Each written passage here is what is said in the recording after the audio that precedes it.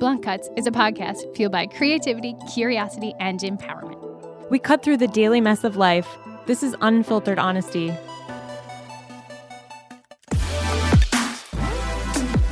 Park your passive at the door. This is Blunt Cuts.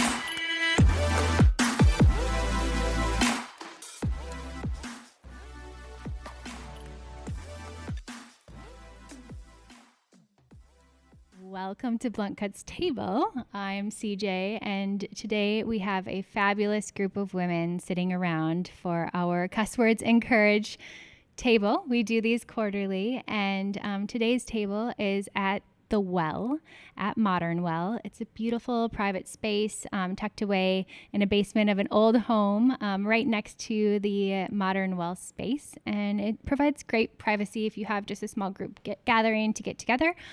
Beautiful space, and they're our quarterly sponsor for the space.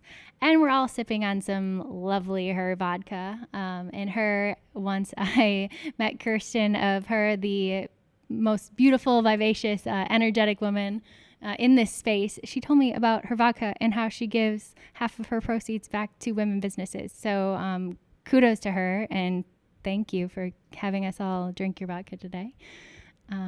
Like I said, I'm CJ, and I am the host of Blunt Cuts podcast and a local creative director, stylist, mommy, all the things. So that's me, and everyone else is going to go around and introduce themselves at the table. I am Michaela. I am the director of Blunt Cuts podcast and also a freelance creative director in the Twin Cities. I'm Sarah. I own 2 video production companies here in the cities, and I'm also an entrepreneur and model. I'm Kate. I'm the editor-in-chief of Artful Living magazine. Hi, I'm Priyanka, but I go by Priya, and I am an attorney, but on the creative side, I do a lot of, taking pictures of myself in sustainable clothing and writing and talking about it. I'm Kirsten. I own KK Designs. I'm a jewelry designer looking to change the world by incorporating some of my passions with mental health into my brand. I'm Jahna. I am a writer and stylist and kind of general creative type, and co-founder of Fashion Week and Men. And I'm very passionate about local fashion and sustainable and vintage fashion as well. I'm Lucy Stang. I am a digital marketer and all about supporting women-owned businesses here in the Twin Cities and eventually throughout the world if possible. Hi, I'm Andy Adams. I'm a 512 English teacher, a mother, a relationship educator, a smut creator, and a sex worker. And I'm really excited to be here. Well, and today we're all going to discuss the topic of courage. So it's called Cuss Words and Courage for a reason. Feel free to use passionate language. I know I will, and the podcast is under the proper rating in which we all can. So feel free to use your passion words. I'll start with how I'm being courageous. I had a couple different ones, but today turned a little bit of a leaf, and I decided I'm going to use this one. My daughter, I have 3 children, but my daughter is a newborn, and she's almost 2 months old, and she comes with me everywhere. And she was going to come today, and we were going to do the thing because I'm still nursing, and I was like, no, I can't leave her. We recorded this morning. I'm like, I can't leave her for 5 hours. Like, that's too much. Even though I have a stock load of breast milk in the freezer, I feel like I can't use it because what if there's a time I stop producing and she needs to eat? So I don't know other moms in the room, but that was one of those things. I'm like, I don't know. I don't know if I can leave her. But the universe spoke, and my husband was holding her right as I was getting stuff packed, and she fell asleep in his arms. And he's like, I haven't had a day with her since we've had her. And I'm like, oh my God, like, you're right. Like, I'm so selfish. Like, I know she needs me. We both know she needs me, but like, they need that time too. So baby Esme is at home, but it's my first time leaving her, and it's hard. Even though I'm a mom of 3 and I've like had businesses and I've taken my kids to work, and I didn't take mat leaves with my first 2 kids. So it was very much like go right to work with them. Like, there was no idea of like, oh, I have to just do them and be home. I was always working and multitasking with all of my children. So it was like, why am I having these emotions? But I think it was just like, oh, the moment of like, of course you guys need your time and she's going to be okay. And mama has to like let her fly.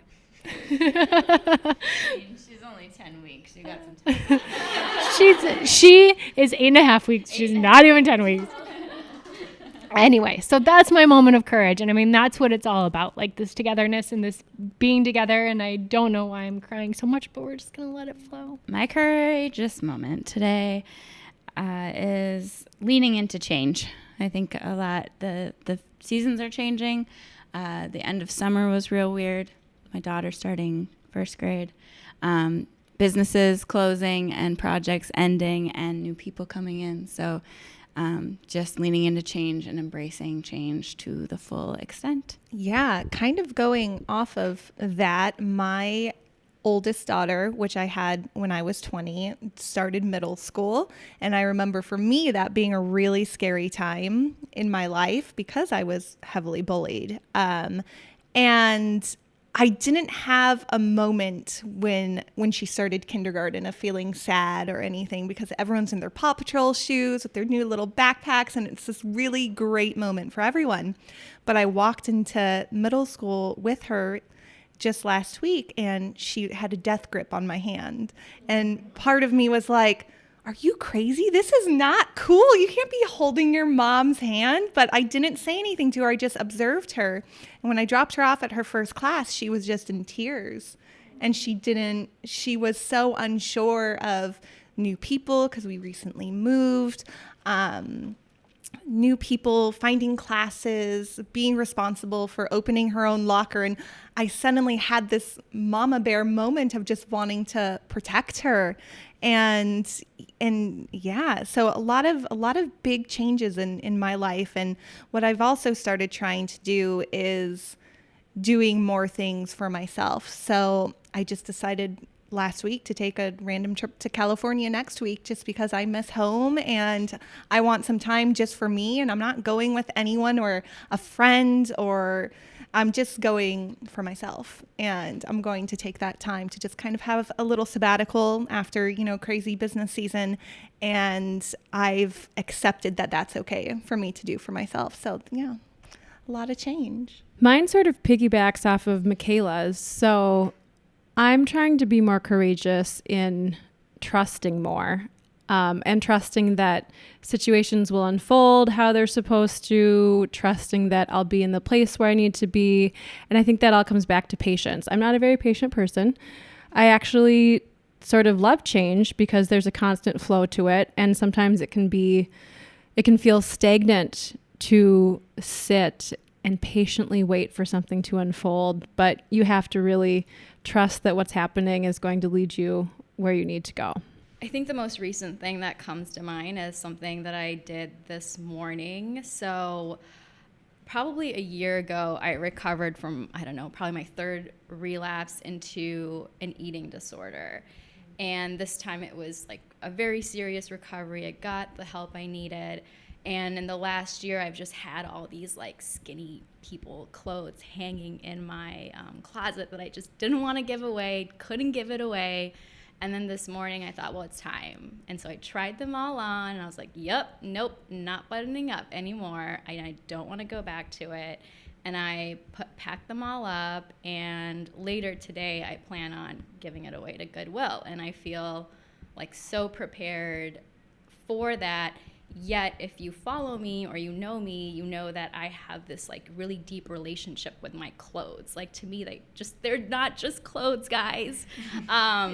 Each piece of clothing I think has this like memory, and this to me feels like I'm shedding away someone that I'm never going to be, which also opens up all this uncertainty and possibility for what life now holds going forward, and that's really scary to do. All right, what am I courageous? How much time do we have? I feel like my life is kind of a bunch of courage. But lately, I would say that I have started to embrace the fact that I make jewelry. Nobody needs jewelry. It's a luxury, spur of the moment piece, something to buy. And I have a hard time with buying things, selling things that don't mean something. And so I've kind of always gotten in my own way. And I've always so I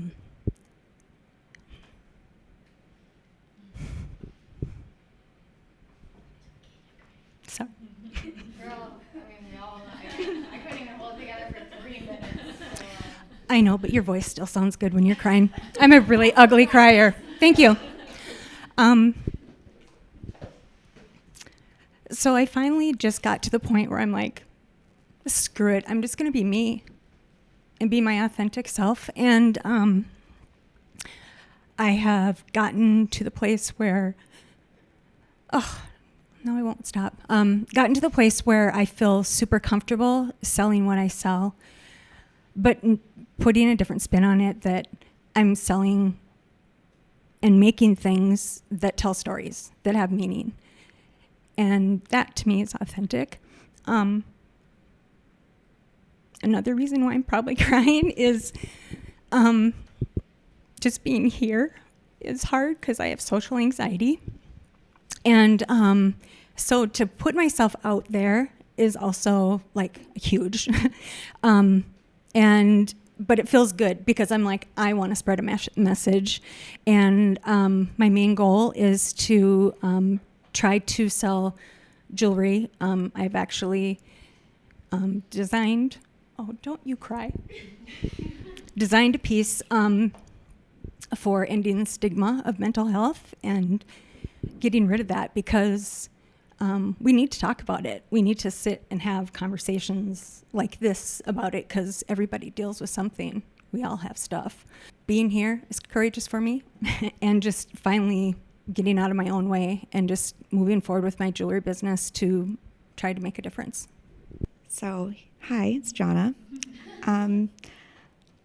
When Christina asked me to be a part of this, I was, of course, wanted to say yes, absolutely, but I don't look at myself as a courageous person in any way. Like, that's just not how I define myself. But just listening to everyone's stories, it's like everyone has even like bigger ways that they're courageous, and then there's smaller ways and just everyday ways. And I don't know, I think for me, there was a interesting shift I went through in the last couple of years where I was, formerly I was a style editor at a regional magazine, and it was sort of like this culmination of my path as like a writer and stylist. And bit by bit, they kept cutting my pages down and my contract down, and eventually eliminated it just from the magazine. And it felt there was really nowhere for me to go. And I decided to take a contract job with a corporate, a kind of regional corporate retail entity where I don't have any kind of like leadership or director type of role. It's just a paycheck. And it's been interesting just personally. It really affected my self-confidence and my self-esteem and my loss of kind of my identity. I was like, I'm no longer relevant to this community. I don't have a place here anymore. And I really, it's weird to like say that out loud, because I just feel like I don't want to be like, woe is me, poor me, And, the last 6 months or so, I feel like things have sort of come to me, interesting little opportunities and creative projects. And I've realized like, I can still like have my day job, and I do my work, I get paid, and then I am able to do creative projects on the side and still be me and still have an identity that I built, and it's not gone. But it was that feeling of loss of like, it's that, so I guess in a way, maybe that's courageous that I persevered and got through that. And, but feeling good about how things are now. So. Hi again, it's Lucy. Lucy Sting. So courageous. Let's see, for the past few months I've been doing like my founder story, which has been kind of difficult to go through all of that back past of your life that you try to avoid, Anyways. But I feel like the courageous moment is really being honest with my story and figuring out how can I relate with women in the world and what drives me. So to give you a little bit of back end, I started a business called My Social Drive like in 2017, really on accident. But to put my story together to match that, because I knew I really liked to do this, but I didn't know how to make sense of it out in the world or how to help people connect with it or why I do it. I started to say it was about supporting women-owned businesses because I wanted to make a difference and to show my girls that there can be some strong women out there, change how I was raised. In my founder story, I had to say things that, I guess, be vulnerable, and I didn't want to be.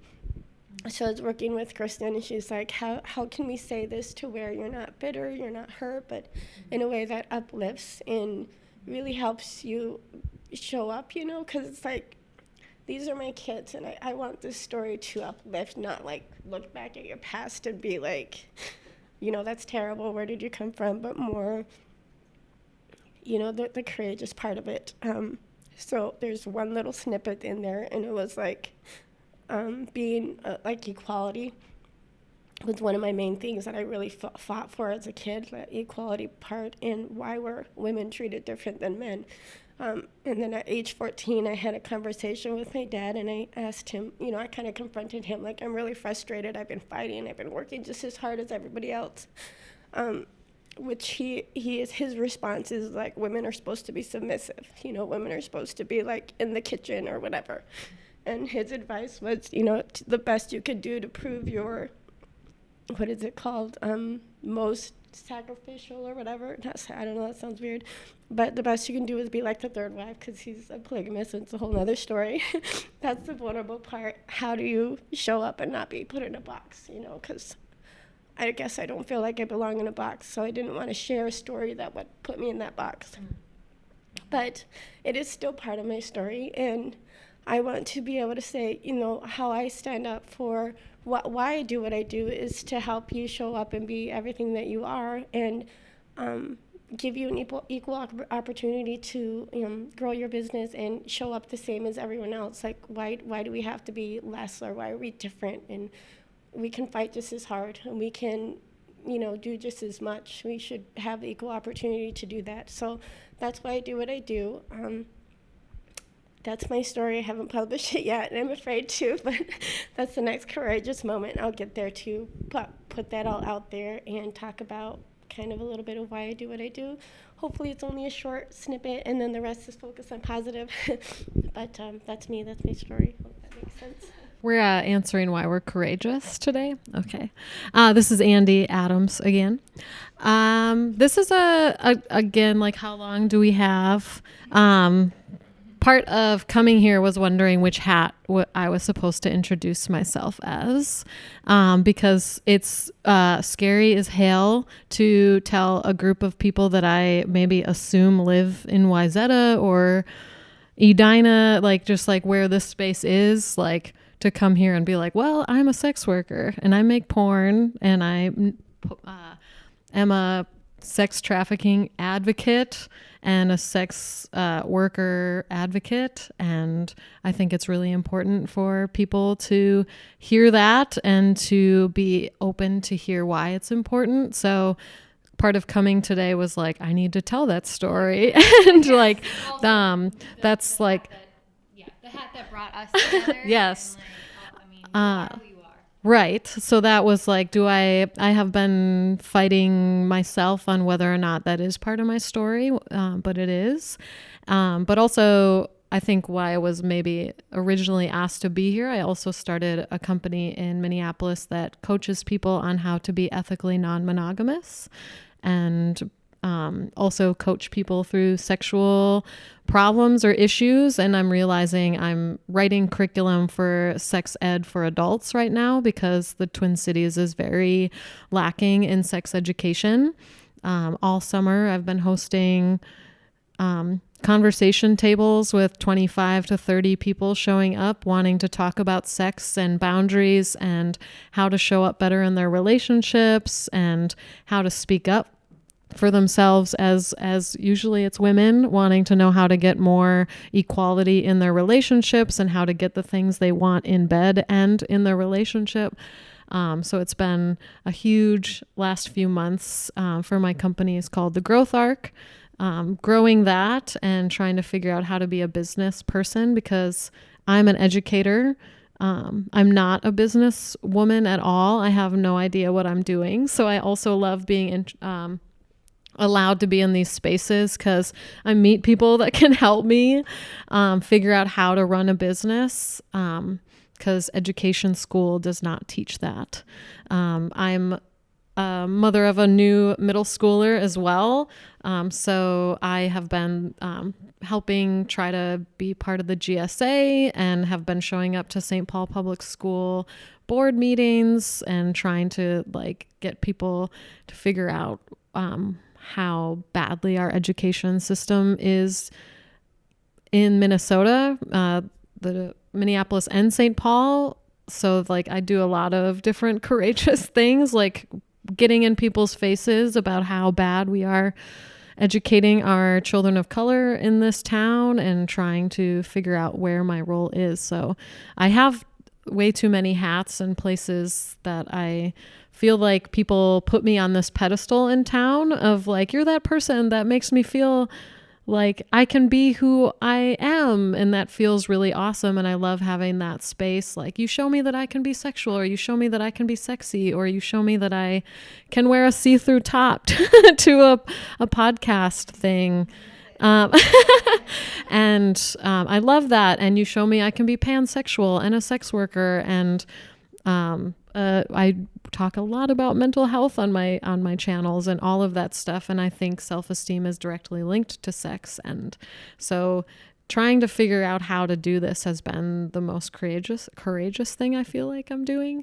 But I feel very not secure in this space. So if you go watch my story before I walked in here, I put self-deprecation plus self-sabotage equals a really sad Andy. Plus I always get my moon on the full moon. So I've just been crying all day. So I appreciate being here and I'm excited. And I think it's really important to be allowed to be here. So thank you. Well, and first of all, every single one of you is here not to fill a hat or a void or have a piece of whatever else our listeners do. Each one of you is here because you've touched me in different ways. And I feel most comfortable around those women that I've sat down with and in some way, shape, or form have had an impact on me that I want to share you with the world. So that's why you're all here. You're not here to fill any boxes. We weren't checking. This is not a casting. This is not a casting. That was part of my life for too long. But really, truly, it is just a space for us to all share and come together. I mean, and there are so many topics that we went around and just heard about vulnerabilities and businesses and family and support systems and our histories and our DNA and our stories of where we come from. I think there's just so much that we can dive into and uncover. I want to kind of open the floor up right now if anyone else wants to put something out to the group that they're questioning or have they want togetherness on, or anyone else's thoughts or opinions in the room. I think it's just a good time to kind of open it up for that. Anybody want to start? Just hearing everyone's stories as we went around made me think about this idea of courage. And people think it's really sexy. And people think that people who have courage are bold and it's always easy and it always comes naturally. And it doesn't. There are days when you want to go out and be bold and you're like, no, can I just stay in my pajamas and stay in bed? I don't really want to face the world today. And I think it's important that we talk about how multifaceted it is and that it's not just, if you're a badass bitch, you're a badass bitch, right? Some days you can be a badass bitch and other days you're like, no, none of it works. I can't put it on. I can't fake it till I make it. I can't instill this in others. And so it's not always when you go out and see someone who looks super courageous or looks super, it looks like it's easy. It isn't always. What I found interesting was a common denominator we all had was that, like, yes, on paper you can put down what we do and it sounds like we're badass bitches, like in business, life, motherhood, whatever. But we're also super insecure about being in this space with each other. And I have major social anxiety. And one of the things that I've always described myself as like an extroverted introvert. I put myself in social situations to almost further hide within myself, because I have never been super confident. And in business, I feel like I just kind of got lucky, like taking that step and saying, you know what, I'm not going back to work tomorrow. I'm either going to make this work or like, sorry, kids, we're going to be homeless. And I guess, yeah, that is super courageous. But at the same time, I just feel like I got really lucky to be who I am and to be able to take the risk. And I know a lot of that comes from I had a horrific childhood full of abuse that still exists to this day. But having that hurt a part of my story has allowed me to kind of say, you know what, fuck the world. Like, I'm not going back to my teaching job tomorrow. I'm starting my video production business, and whatever happens is going to happen. But it's because I've been so hurt before that what's the worst that can happen, And that's kind of the message that I like to spread as a woman to other women, is that, like, use that pain somewhere in your life to kind of push you forward. Don't stay still because of it. Keep going and embrace it and share it. And it's not only helping yourself, but you're helping someone else so much more. I just want to add on to that. I mean, and Priya, take us back a different direction. But I worry. This is what I worry, because I think I came from a painful upbringing too. And I think that there are I had beautiful parts of my childhood, but substance abuse was a huge part of it, with all of the adults in my life. So, but I fight so hard for my kids to have like this magical life, literally going to Disney World last week with an infant. Like I fight tooth and nail to like make their lives magical. But then I'm like, fuck, am I screwing them? Because I'm amazing. All these women that I know are amazing, but they've had shit. Like, am I screwing them over by like not allowing them to have shit? I mean, not that I'm going to start a substance abuse problem for fun, but you know what I mean? So I am constantly kind of thinking about that. Like, so I let my kids in. I let my kids into my moments of anxiety. I let them in when mom needs a med change, or when I'm going off meds because I think I can, and then I back on them because I couldn't. But you know what I mean? So I think it's just those ideas of, I'm like, oh, I'm not fucking them up because I'm not fucked up. I mean, like parts of me, sure. Or maybe I am, but that's okay because I'm still getting amazing shit, right? So I don't know. Anyway, that's just like a random train thought that I had. I was just going to add really quickly that I feel like life is already difficult enough. Like, you don't have to worry about anything happening. It's going to happen. Like, there's things going to happen with our kids that we can't even see right now. Like, give them the best you can, like you do, let them in. And not that I'm an expert, but I'm just saying, like, life is pretty damn good at teaching them lessons. And I don't think we can avoid that. I would say, yeah, that I think that also we have so many experiences in life that shape us. I think that I've been knocked on the face like 50,000 times, but I didn't get it. And so when you learn and then you have growth and you see that, and then it's like, okay, I want to share this with other people. I don't want anybody to think they're alone. And so, but I also have to make a living. So how can I incorporate this into my jewelry business? And to make a difference, because, if I can get over some of the hurt, anybody can. And I think it's so important for us to be vulnerable and not, sure, shelter our kids to a certain point, but I was the same way with my son. Since he was little, I was like, Mommy's taking her medicine. I do this because I feel sad sometimes. And if ever you feel like this, let me know. I'm not trying, age appropriate stuff, but it's like, you know what? The crap's going to find them no matter what. This world is so messed up. And what I've learned through some pretty hardcore therapy and just really digging in and working on myself is that when we find something that we're passionate about, it makes it easier for me to not crawl back into bed in the morning. because it's easy to. It's so easy to get lost in that space. And I don't feel comfortable using my voice because clearly I'm not well spoken. I'm not like, I have ADD too. So I'm like, I'm all over the place all the time, but I feel like this is what, have you? Yeah. Really, I get to make shiny things all day long to get distracted by. And so I don't always make like sense, but I feel like this is what I'm supposed to do. And I feel like when we're called to it and we really pay attention to that's when we make a difference, because like, this is so not comfortable for me to be like, hey, I have depression. I had postpartum depression. I have social anxiety. I have ADD.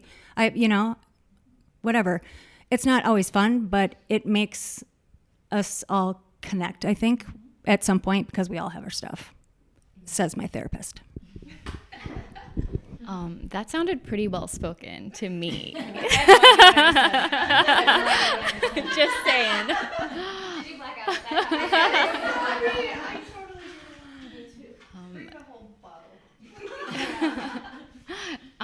Just touching on what she just said, and then Lucy, you said this earlier about sharing your story because you're afraid or don't want to be put in a box. I think even speaking about courage, because a lot of these stories of courage, they come from moments of vulnerability. And I struggled with sharing, at least this one part of my story because I didn't want to be put in a box. I didn't want that to be the only thing or the first thing, and that to color someone's perception of me, because I'm so much more than, my mental illness or my recovery story. And I think I'm only just now getting in a place where I can talk about my history in a way that feels comfortable. And even like that journey to get there, yeah, it's really messy and it's really ugly, and there's so many steps back before there's even a step forward. And I feel like that courage is really a process. Like, it's not linear and it's not beautiful, and there are so many other people involved. It takes a village, and it doesn't look like, that badass attorney bitch kicking it and representing clients or whatever. Like, that's just that's just like what people think of you, but that's not really all that you are. You're so much more complex. And I also love like the mothers in the room, and I don't have kids, but when I think about, well, how do you mother in like this really honest and authentic way? And I just love hearing that there's like so much openness with your children. And I just think that, yes, maybe they won't be as fucked up as you are, but they're going to know what life is like, and that's going to prepare them to be like better humans either way. I think it's really hard to reconcile when traumatic experiences, whether years ago or recently, that you really resent have helped shape you into a person you're really proud of. Yeah. Because it's hard to say, I like who I am today. I'm trying to love who I am today. Oh no, what if I said out loud what I faced 10 years ago, 15 years ago, then everyone would know. Then they wouldn't, know I'm that badass bitch attorney. And, we are super multifaceted, but really all of us there's so much shame in the world. People feel so ashamed and so guilty about things that they can't control. And we think that our shame is really unique, and it's not. Right? So it's like, here's this really scary thing about me. I hope that doesn't turn you off. No one cares. Right. Yeah. They're all dealing with their own issues, and really it's more our perception than anyone else's perception. Yeah. Going into that shame that everyone talks about, airing your dirty laundry, things like that, talking about your mental illness and sharing those stories of the going backwards, of that if the shame isn't the thing that's driving you forward, the shame is the sharing. It just because I struggled with things in my past, if I can share that and somebody else allow somebody else to open up and talk to me or talk to a therapist or anything about that, well, if she said it, then I can say it too. I think that's the change that's happening in society now, and that's the stigma that we're all working with is the more we talk about it, the more ease it gives people to share their story. And I think rather than healing through this happened to me and I'm going to be this person. The healing is just talking about it and then getting in your car and driving home and thinking about it and then waking up the next day and hopefully sharing it with somebody else.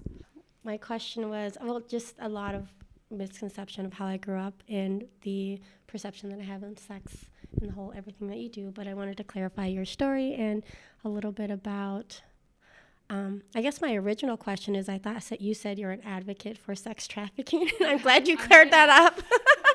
I really did think you said that. So I'm glad you cleared that up. I am not for sex trafficking. I'm anti-sex trafficking, but everybody in the media uses sex trafficking and sex work in the same sentence, and that's done on purpose to further like put this evil idea on what consensual sex workers do. I don't even like using the word consensual before sex worker because if someone's choosing sex work, they are consenting to do that work. Usually. If it's not, it's trafficking or forced. So sex workers are like the biggest advocates for anti-trafficking because of how the media talks about it. And like we're actually in the streets here in Minneapolis with Swap Minneapolis, on the streets helping street workers get education on Narnon and, just getting people clothing and shelter and all of that stuff that is like the actual on the ground work that needs to happen to help prevent trafficking is done by mostly sex workers. I need to hear Lucy's story because you mentioned you had some polygamy in your background, and I was like, oh, I need to hear her story because the only stories that I know from my graduate degree on research in human relationship structures, polygamy didn't have a very positive spin or in any of the spaces that I did research on. And in the media, they talk about polygamy, but that's actually polygyny, which we mostly know about, which is one man, more than one wife. And we don't ever hear about polyandry, which is one woman, more than one husband. But unfortunately, in my research, most polyandrous societies are also highly patriarchal. I was trying to find a really awesome, badass female society that was polyandrous, but most societies that are polyandrous are because of lack of women with vaginas to have babies, so they have to have more than one husband. So I was like, so I love talking about like all of that, but that's all tied into shame around how relationships and sex are supposed to be. And so I love having a background of cultural influence on sex and relationships because sex is part of relationships. To be able to understand why we have, and we talked about shame earlier, what kinds of shame each culture puts on how we're supposed to be. And when I found non-monogamy, which is polyandry, polygamy, and polygyny are all underneath an umbrella of non-monogamy, it's a different kind of relationship. It changed my life and made me more of an ethical person and more authentic to how I love. And I found this community of people that were living their most authentic selves, even in how they love and have sex. And so starting my business on doing that, one of the biggest things was being authentic with my own story and helping people be honest about how they love and how they want to have sex. So I struggle to like push past this, obviously from my background. Do you have any advice or just, I think it's, for me anyways, it's like that mindset of control. Like I get so angry or upset, like don't tell me who to be or whatever. How do you break that? Okay, I'll clarify a little bit more, but like, yes, I'm married and we've been together for 10 years, I guess. But I don't want to be in a situation where I'm forcing something to happen. I don't like the control or the box, But I'm also very afraid of like opening up. Like I'm terrified. Oh. I love you. I Yes, you're amazing. I I don't want to hog the mic. So please ask questions and follow me. And I tell everybody that comes to any of my events that, like, now that I've seen your face, free advice is fine in my DMs. Usually I'm telling people, you need to pay me for my time if I haven't met them, but I love answering people's questions and getting emails and stuff, because this is probably one of the hardest things for people to talk about. And I think American society has really pushed this agenda on relationships and sex that has damaged all of us. And the more that I coach people and the more that I am hosting these events and being part of awesome other collectives in town, one that comes to my mind that I would love to plug is called the Reclamation Collective in town. They are a group that just started a few months ago that does work specifically on religious trauma.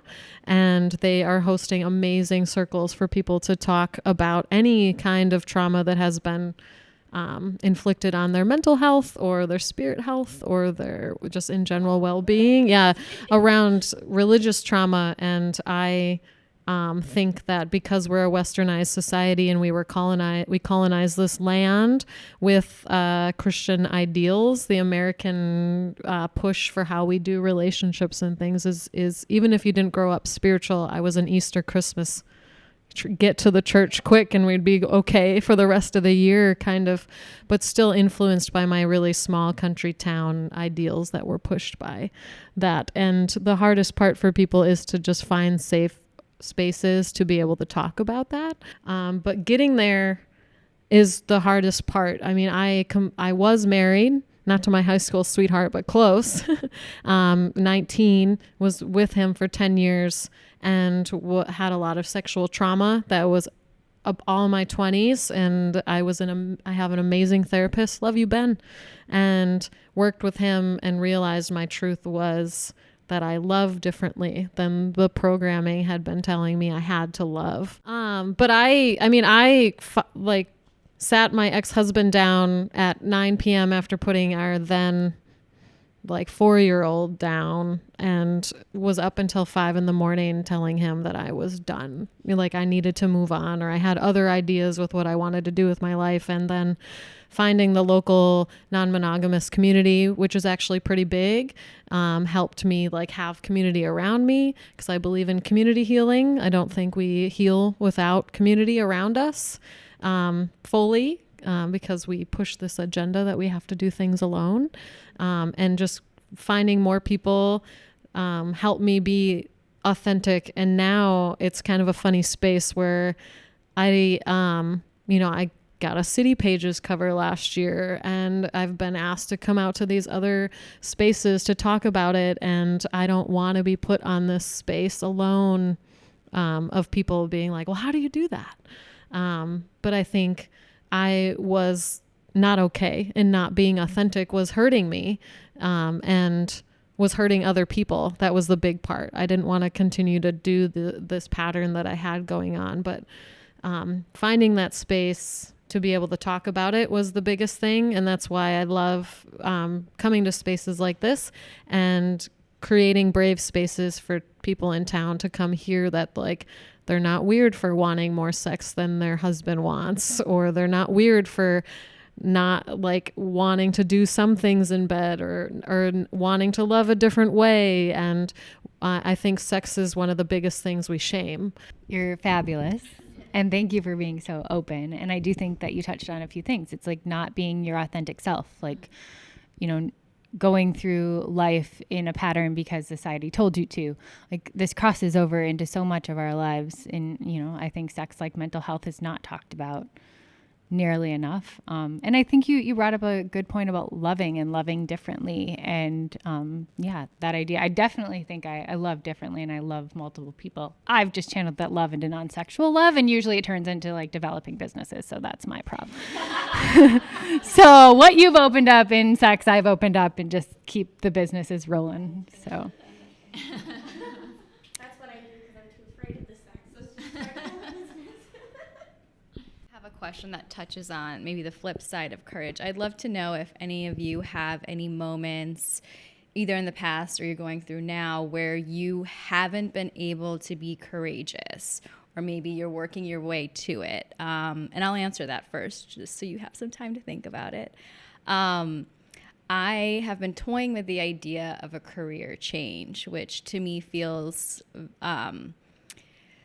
very scary on lots of levels. I'm an immigrant and the daughter of immigrants, so the idea that I would now at, age 31 just say, okay, I'm going to leave my very traditional career path that my parents left their country for and came here to give their daughters a better life, and now I'm just going to go figure something else out. It feels like such a disappointment and shame to my family, and then also to my friends or my community that knows me outside of this sort of, Instagram, social media, these connections I've made, to disappoint people and to go against that that mold. So, and I haven't been able to do it yet, and it's just something I've thought about, and I'm only just starting to talk to close friends and family about, and not my parents though.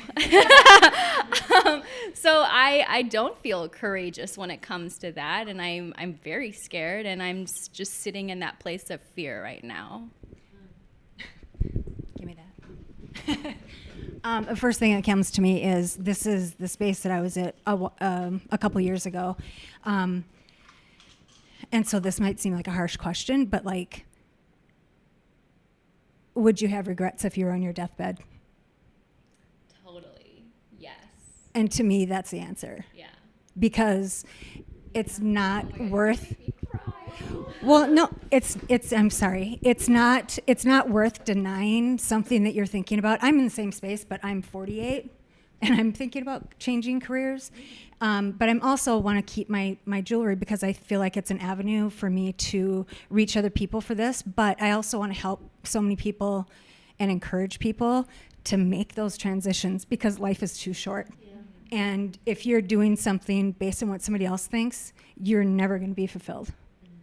And I feel like that's also comes into our bodies and we get sick physically. We can't have babies. Well, clearly I can't have babies anymore, but you can't, there's just so many ways that it manifests in your body as well.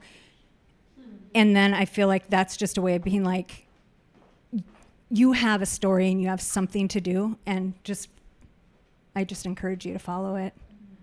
I just want to say I'm always like a pragmatist. And I've been in the freelance realm for a long time, and having a stable income for the first time in my life. Being freelance it caused me physical health problems, the amount of stress. And I would just say, you don't have to make this night and day flip. You could find a way to transition and still keep one foot in, 1 foot out until you get to the point. I think that there's this thought that you have to just quit a job and start anew, and it works for some people for sure. But I think that there can be a more gradual thing, transition. So, which to me is less stressful, and you can kind of just ease in or dip your toe in, and and you've already been doing a lot of creative work on the side. So I'm imagining you want to make a move into a more creative field. So you're already moving that direction, and so I think there's a pragmatic way you can do it, but still a little bit of a risk, but maybe less scary because it doesn't have to be all at once. So I don't know if that's helpful or Yeah. I'm just do it, girl. Oh, that's me. So I'm a little bit in the camp too of I am too anxious. I was a full-time freelance. Was some of the hardest 4.5 years of my life thus far. I met some great relationships and met some great businesses, but I also had to take work that I didn't necessarily want to take just to pay bills. And I told myself I'm never going to be in a place again like that I have to take work that used to mean something to me for a client that'll pay more, so then I can so I love having, right now I work for a great company in Minneapolis. It's full-time, 8 to 5. I'm a creative director at a company who pays benefits. I have children. I have to look after that. I like nice things. I want to have a house. All these things that my day job pay for. I like supporting local designers. I can buy local designers because I have a paycheck that I'm not struggling for a freelance job to freelance job. I couldn't make it work. I couldn't. And like, I am such an advocate for freelancers, and I advocate for Michaela every day. I'm like, don't stop freelancing. I got another client for you. I'll help you. Like, I'll push everything. But I can be in that helping space now because I have stability.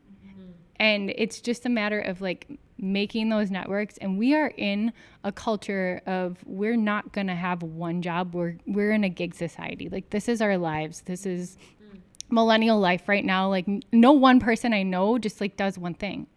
Like, they have their hands in everything. And I think that's okay. And we don't need to, like Andy was saying, talking about, like, we grew up like with parents who had one job and came home and that was it. Well, we don't have that, but that's okay. Like, there's no rule saying you have to have one job, but if you have a job that you worked hard at, an education that covers a lot of your income and you still enjoy it and it's not causing you pain or angst, then like keep doing the things you love and get paid for those too. And then, yeah, like, I don't know. I love that, because then any side income I make is family vacation money, or invest in local designers or local small businesses, or, you know, that's what I use my passion work money from. And this market does not pay you well in freestyling, or like, it doesn't. You don't make money doing those things, at least in my experience in this business. But I love it nonetheless. It's not about the money. But if I didn't have the money coming in from somewhere else, I don't know what I would be styling. Like, and that pained me to have to style things that weren't my passion. So CJ's heard me say this many times that, and I was a freelancer for a long time. It's a lot of fun. It also is a fuck ton of work. So, you know, take it for what it is. But one thing, whether you have, you know, stable employment somewhere, you're a freelancer and you're shaping it all on your own, the hustle is way over glamorized. And we are all working our asses off. And everyone's like, oh, just push. Don't worry about it. We'll sleep when we're dead. We'll do this. Nope, none of it. I'm over it. And another way I'm trying to be courageous is like, no, I want 8 hours of sleep. I don't want to worry about, you know, doing this for, whether it's professionally or personally. I don't want to take on more than I can handle. And I've done that basically my entire adult life. And I'm sort of like rehabilitating from that. And so it's a struggle, because you don't want to say no to loved ones. Also, guess what? If you're going to say no to someone, say no to the assholes first. And then you might learn how to say no to your loved ones too. Because really, you can't be saying no to yourself. You know, that's the one person you have to be saying yes to. So if that means for you, dip your toe in it, quit your day job tomorrow, you sort of have to figure it out for yourself. This is Sarah. For me, on my journey, I grew up with two parents who are honestly terrible people, but they had the 9-to-5 job. And their goal for me was to become a store manager at the grocery store, become a cashier, make $12 an hour, get full benefits, and a retirement, basically.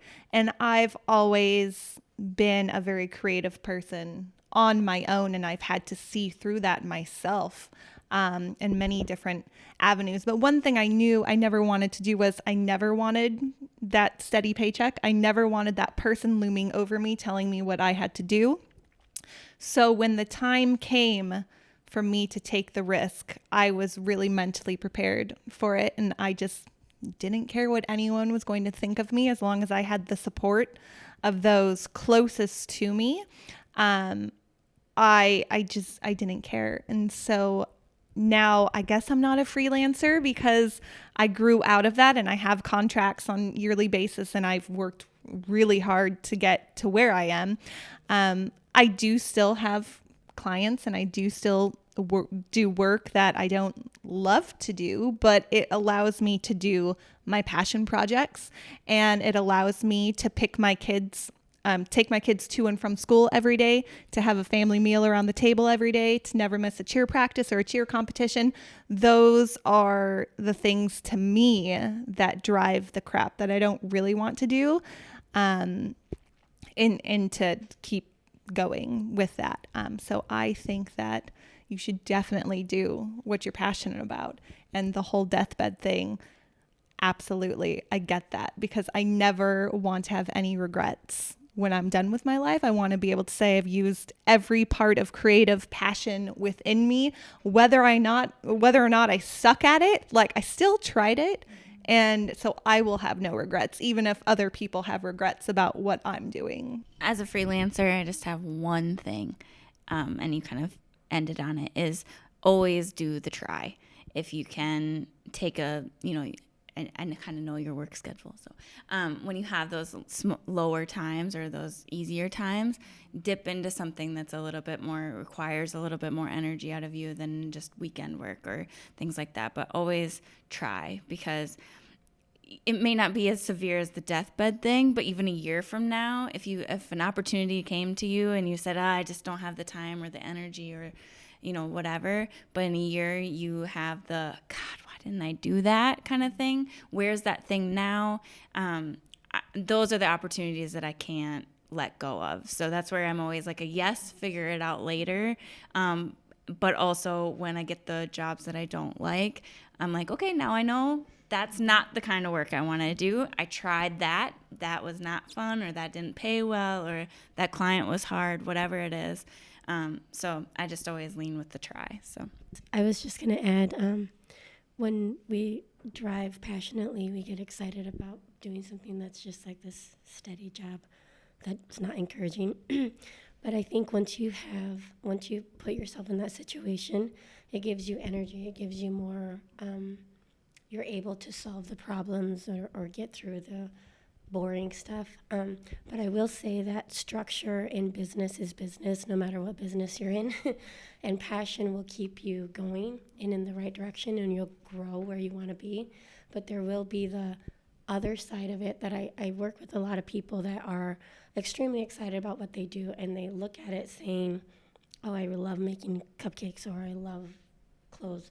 And that sounds all exciting, but there's a whole business side of it that you're not seeing, or there's a side that you really need to look at. And I always say, like what you said too, like not have any regrets. If you're passionate about it, it will give you the energy to get through the hard days. And I always say it's like you're always building something that you love working your ass for or fighting for. It's like, do you love the fight? Well, thank you. I mean, in a final note, yeah, I think you hit it spot on, Lucy, with that idea of passion. And yes, I may work for a company in town and get a steady paycheck, but I love it. And it's my passion just as much as like the fashion side of my brain is, and this beautiful podcast. So you just find a way to multitask and divide those spaces and be 100% when you're at those places. But I do think that you can do it all.